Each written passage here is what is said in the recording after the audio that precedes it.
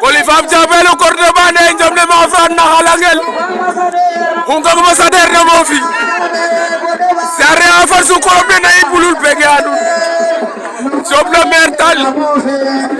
borom bur wala borom sowal ci ban yengale ñaar sare ho bege Omar Fayam Bouday la ne final digante Biram Mbissine ak Takiyasa bege kam ngale Farabugum Badakhun la dimanche waaw Adama Ndiaye Simal Fouta ziara on pege on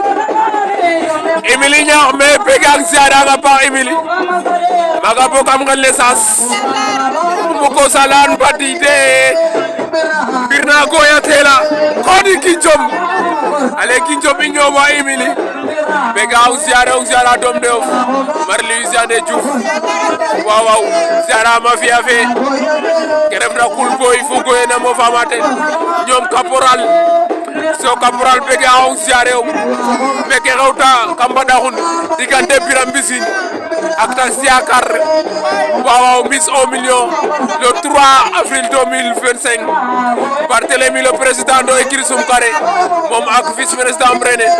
mak Albert Niang pege ak ziare on weccirom waaw Souleymane Mbamlok waaw François Mbamlok pege ak ziarom Adama Mbodj tanjom di on demi bulu la def den ma Yacine Mbodj Biram Mbissine tan na fils de Patrick